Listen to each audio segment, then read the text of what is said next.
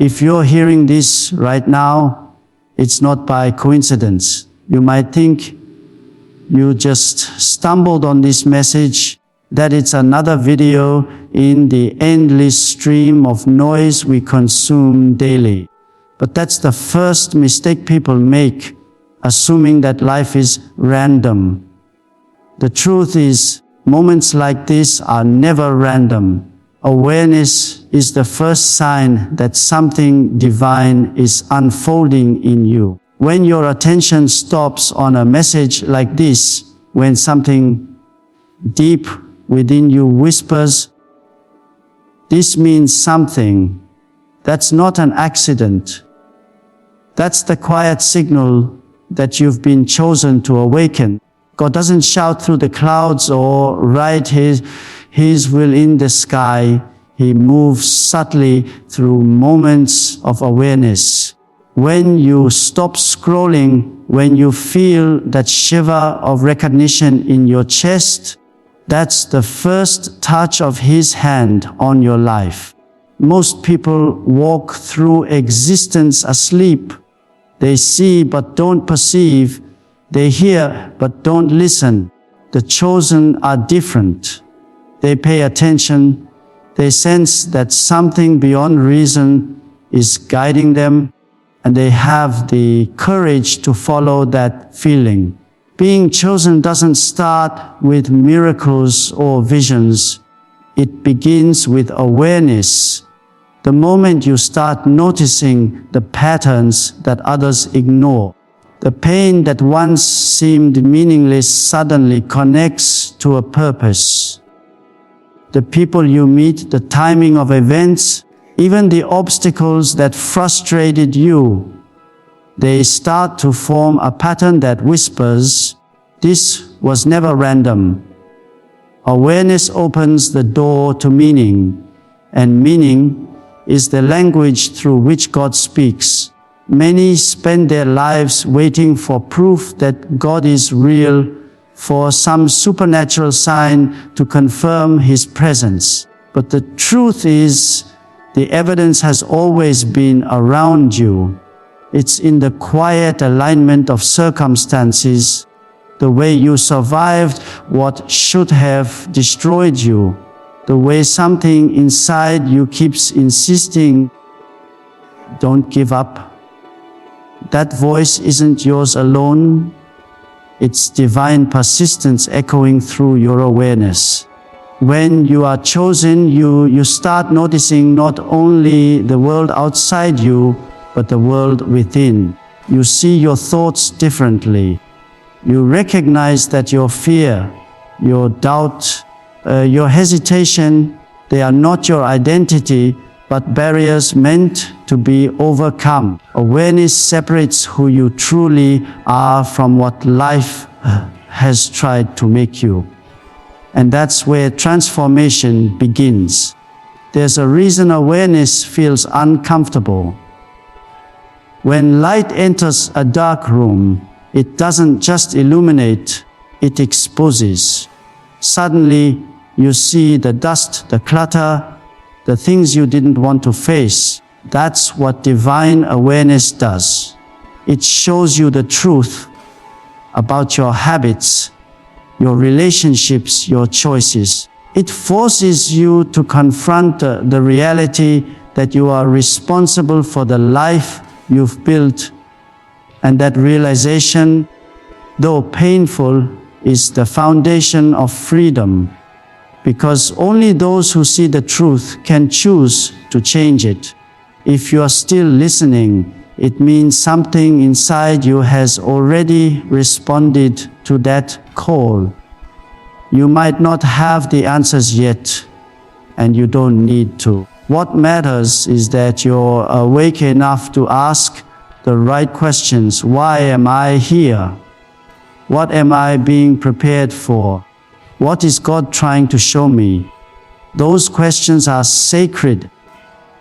They're the evidence that your awareness is shifting from survival to purpose. This awareness is not a gift given to everyone. It's a responsibility. Once you know that your life has meaning. You can no longer live carelessly. You can't keep pretending that your choices don't matter, that your pain is pointless, or that your voice is insignificant. To be aware is to be accountable, and that accountability is the first step toward destiny. So, if you're watching this before November 2, understand this: you've already been marked by awareness. You've been noticed by something greater than you can comprehend. This is not the end of the search. It's the beginning of awakening. Your awareness is your confirmation. You are not lost. You are being called.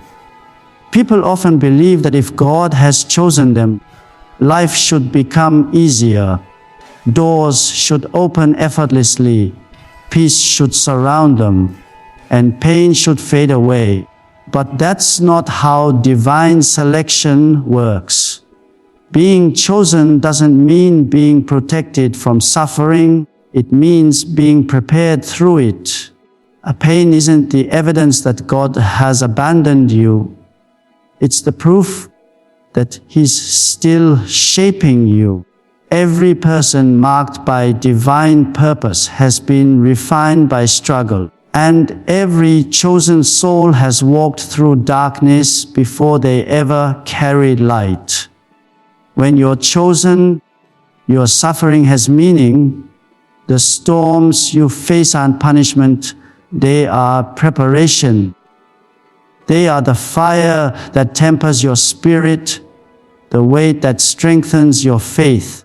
It's easy to thank God when everything feels right, but the chosen learn to thank Him even when everything falls apart, because they begin to understand that brokenness is not destruction, it's construction. God breaks what is weak to build what is unshakable. There are moments when it feels like your prayers go unanswered, when the silence becomes unbearable, and you start to wonder if you've been forgotten. But that silence is not neglect. It's the sacred stillness in which God does His deepest work. The chosen often experience isolation because growth rarely happens in crowds. You're pulled away not because you're being punished, but because you're being purified. There are things God can only teach you when you are alone with Him, stripped of distractions, forced to face the raw truth of who you are. Every wound you've carried, every disappointment you've endured, every tear you've shed, none of it is wasted. The chosen don't escape suffering, they learn to interpret it. They see that pain, when surrendered to purpose, becomes wisdom, and that wisdom is what separates them from the rest. You cannot lead others out of darkness if you've never been there yourself. That's why the chosen are tested, because they are meant to guide others through the same fires they survived. You might look at your life right now and see chaos. You might be thinking, if I'm chosen, why does it hurt so much? Why does everything seem to fall apart when I'm trying to do right? The answer is this: because God is more interested in your transformation than your comfort. He's not trying to make you comfortable. He's trying to make you capable. Every trial you face is shaping your endurance, your humility, and your strength. These qualities can't be learned in comfort, they're forged in pressure. Suffering also reveals what's real. When everything you relied on starts to crumble, you begin to see which parts of your life were built on faith and which were built on illusion. Pain strips away falsehood. It teaches you to depend not on appearances, but on truth. The chosen understand that the pain that exposes their weakness is also the same pain that leads them back to God. It humbles them enough to surrender, and through that surrender, they find power, not the kind that dominates, but the kind that endures. The world tells you to avoid pain at all costs, to numb it, to escape it, to distract yourself from it. But the divine path doesn't work that way. You can't outrun the lessons meant to shape your soul. When you stop resisting your suffering and start asking what it's trying to teach you, you turn pain into purpose. That's the moment transformation begins. So if your life feels heavy right now, if you're surrounded by uncertainty and loss, don't assume you've been abandoned. Instead, recognize that you are in the workshop of destiny. You are being refined, not rejected. Your struggle is evidence of selection. God doesn't waste trials on the ordinary. He invests them in those He intends to use. And when you come out of this season, you'll understand that the suffering you once cursed was actually the hand of God preparing you for what you were chosen to do. There comes a moment in every chosen person's life when they realize that being called by God isn't about privilege. It's about responsibility. It's not about being favored above others, but about being entrusted with something heavier, something sacred. When you're chosen, you begin to understand that your life no longer belongs entirely to you. Every decision, every word, every action starts to carry weight because you recognize that what you do matters, not just for you, but for those who will come after you.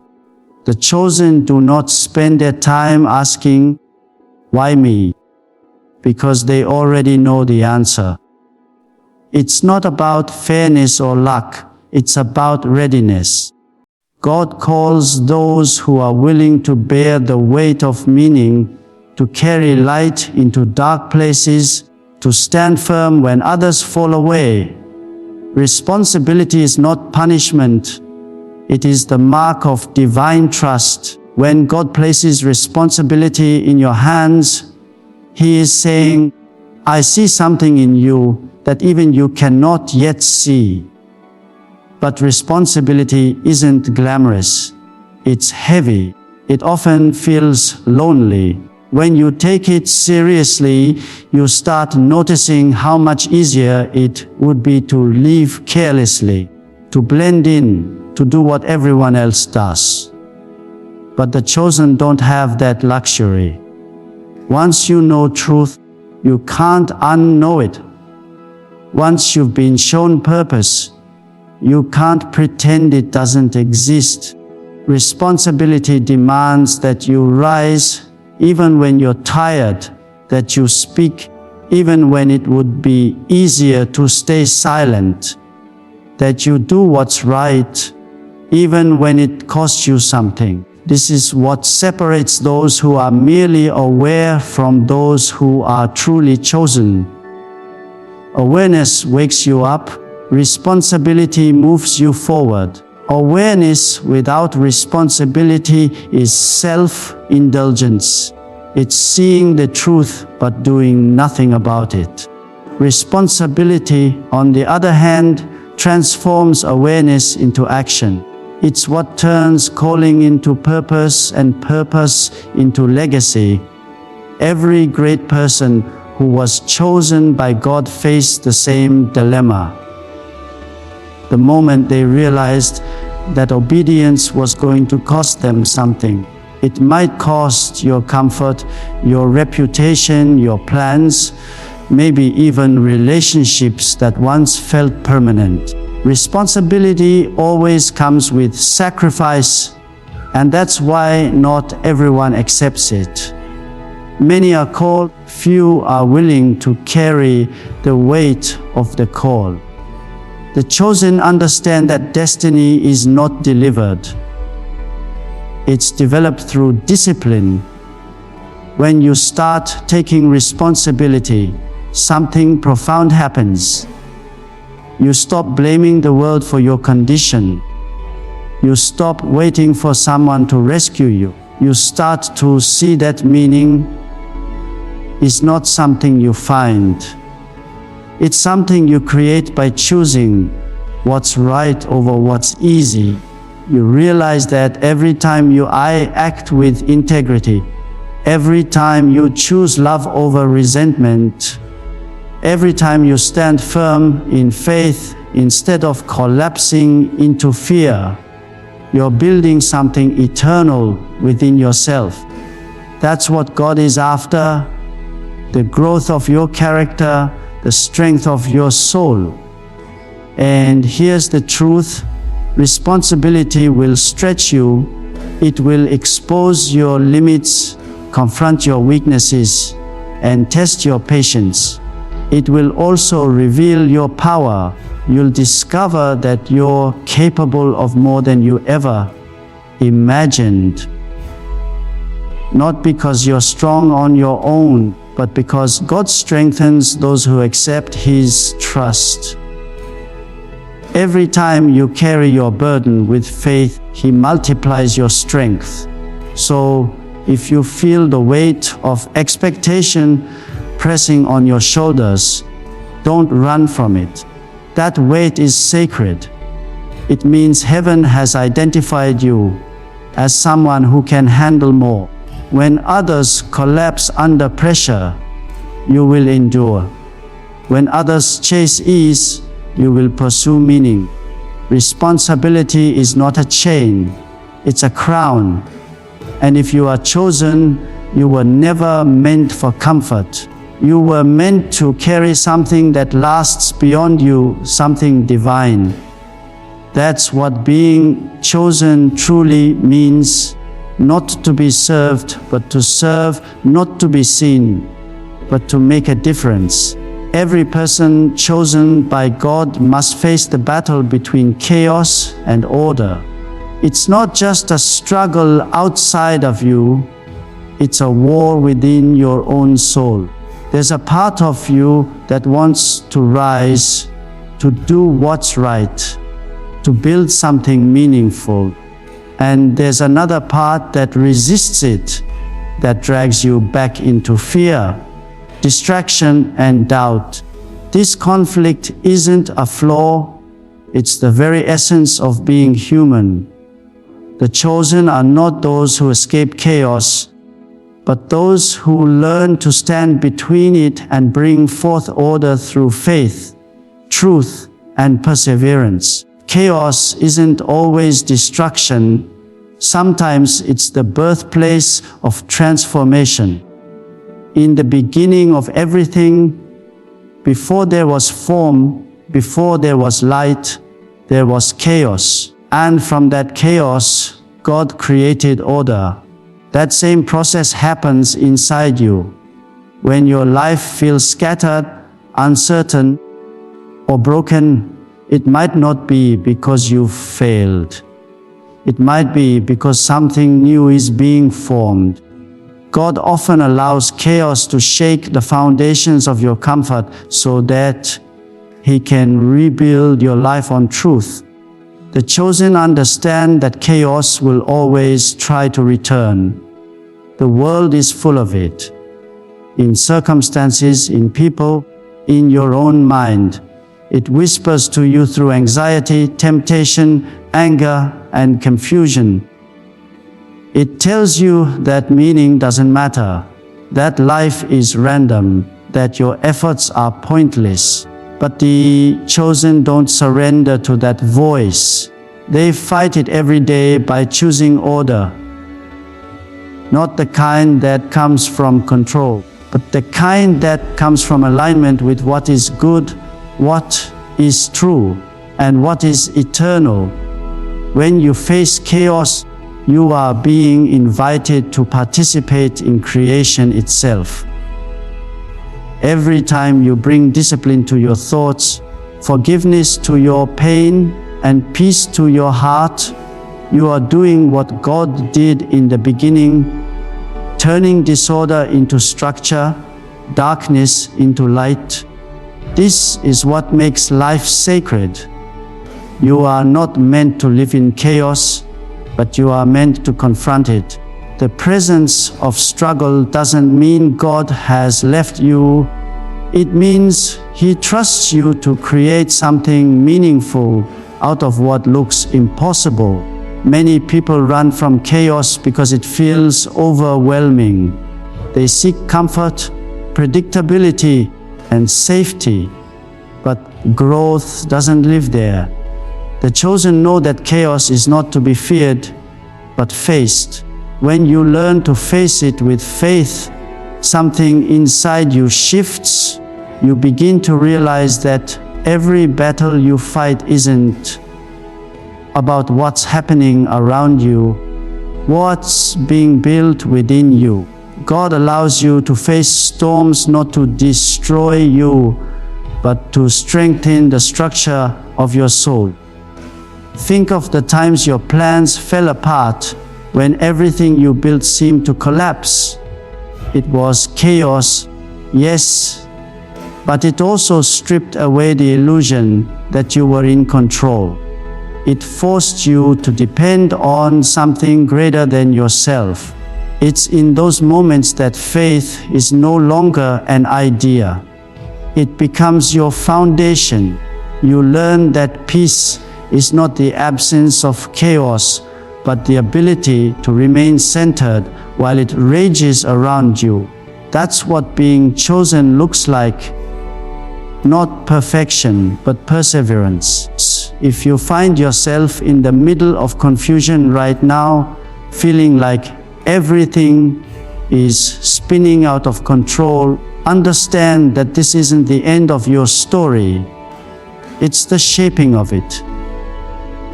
God is not the author of chaos, but He uses it to reveal who you truly are. Each time you confront the storm, instead of running from it, you reclaim a piece of your power. You learn to bring order into your mind, your home, your purpose. So don't despise the chaos. It's the stage where your faith is proven, where your courage grows, and where your destiny takes form. The chosen are not defined by how peaceful their lives look, but by how faithfully they stand in the middle of disorder and still choose truth. Every time you rise from the confusion, every time you choose to keep believing when everything says not to, that's when heaven recognizes you. That's when chaos becomes creation. There's a voice inside you that speaks softly but persistently. It doesn't shout, it doesn't demand attention, but it never truly goes silent. It's the quiet urging that tells you when something isn't right, the gentle pull that draws you toward truth, even when you don't fully understand why. That voice is not imagination, it's not coincidence, and it's not merely intuition. It's the divine whisper within you, the evidence that God communicates not always through thunder or miracles, but through the stillness of your spirit. The chosen are those who have learned to recognize and obey that voice, even when the world tells them not to listen. Every human being hears it at some point, but most ignore it. They drown it out with noise, distraction, or logic. They convince themselves it's just a thought, just a feeling. But the chosen can't escape it, because that voice doesn't leave them alone. It calls to them in the quiet hours of the night. in the tension of indecision, in the edge of doing what's wrong when they know what's right. The chosen feel it like a fire in their conscience, subtle yet unrelenting, a divine reminder that they are not meant to live an ordinary life disconnected from purpose. Listening to that voice is not easy because it often contradicts what's comfortable. It may tell you to let go of something you've depended on, to forgive someone who hurt you deeply, to walk away from what's convenient, or to step forward into something terrifying. It doesn't promise comfort, it promises truth, and truth always costs something. That's why so many avoid it. The chosen understand that ignoring that inner voice is far more painful than obeying it, because disobedience leads to emptiness and obedience leads to alignment. When you begin to follow that voice, your life starts to shift. You notice how doors open at the right moment, how people cross your path who seem sent for a reason, how circumstances align in ways too precise to be chance. That's not luck, that's divine order responding to your obedience. The chosen live in partnership with that voice. They don't just pray and wait, they listen and act, because faith isn't just believing God exists, it's responding when He speaks within you. There will be moments when the voice leads you into uncertainty. You'll wonder if you're imagining it, if you're being foolish. But the truth is, God rarely gives full clarity before obedience.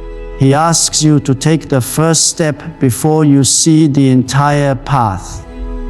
The chosen walk by faith, not by sight, because they trust the source of that voice more than their own understanding. And in that trust, they find strength others can't comprehend. Over time, that voice becomes your compass. It teaches you to discern the difference between impulse and instruction, between emotion and revelation. You begin to sense peace where God is present and restlessness where He isn't. You start realizing that not every opportunity is meant for you. Not every person can walk with you, and not every open door is divine. The chosen develop sensitivity to God's rhythm. They move when He moves, they wait when He is silent, and they speak only when He gives them the words. If you're watching this and you felt that voice inside you lately, that quiet conviction urging you to change, to rise, to stop pretending, to start believing, then know this, that's not coincidence. That's calling. God speaks to His chosen in ways the world cannot decode. And if you're still hearing Him, it means He hasn't given up on you. The world will always try to distract you, to drown out that inner guidance with fear, pride, or doubt. But if you silence the world and listen closely, you'll hear the same voice that created the universe speaking directly to your soul. It's telling you that you're meant for more, that your steps are ordered, that your purpose is unfolding. The chosen don't wait for a sign. They realize the voice is the sign. And when you choose to listen and obey, even in the smallest moments, you align your life with divine direction. That's when everything begins to make sense and your spirit finally feels at peace. If you're watching this before November 2, understand something deeply. This moment is not random. You are standing in a space of divine timing. There's a reason this message found you now and not earlier or later. God's call always comes at a precise moment, and that moment demands a response. This is not just another day passing by. It's a turning point. It's a spiritual summons, a quiet but urgent invitation to realign your life with what's real, what's eternal, and what's meant for you. You've been chosen not only to hear this, but to act on it. Transformation begins the moment obedience takes the place of hesitation. Too often we wait for perfect clarity before we move, but divine timing rarely comes with perfect clarity. It comes with conviction. Something inside you already knows what needs to change. You felt the restlessness, the frustration with living halfway between purpose and comfort. That unrest isn't punishment, it's awakening. It's God's way of telling you that you can't stay where you are and still become who you were meant to be. Before this date passes, something inside you must shift. Maybe it's your mindset, maybe it's your priorities, maybe it's the way you see yourself. But make no mistake, this is a season of preparation. God is calling you to shed the parts of your life that no longer serve the person you are becoming. The chosen are not people who live perfect lives. They are those who are willing to be transformed. They allow God to disrupt their plans so He can align them with His. Transformation isn't a dramatic moment of revelation. It's a daily act of surrender.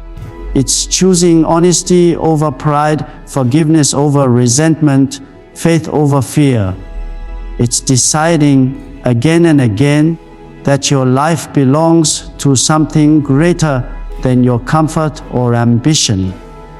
Every act of obedience, no matter how small, becomes a thread that weaves the pattern of your purpose. When you say yes to God's timing, He begins to reorder your steps to position you in ways that you can't see yet, but will one day understand. This moment before November 2 is a spiritual window, an opening for renewal, a chance to step into alignment with the life God has been preparing for you. You don't need to know every detail of what's ahead. You just need to take the first step. Maybe that means forgiving someone, letting go of fear, committing to consistency in your faith, or finally walking away from something that's been draining your spirit. Whatever it is, obedience is the key that unlocks transformation. Many people hear God's call but never respond. They wait until it's convenient, until they feel ready. Readiness is not the condition for obedience. It's the result of it. When you move, grace meets you. When you act, strength appears. The chosen are not the strongest or the smartest. They are simply those who decide to say yes when others stay silent. You've been chosen to do the same. You might not see it now. Everything in your life has been leading you to this point. Every challenge, every delay, every heartbreak was preparation. God never wastes pain. He transforms it into power. He doesn't choose people who are already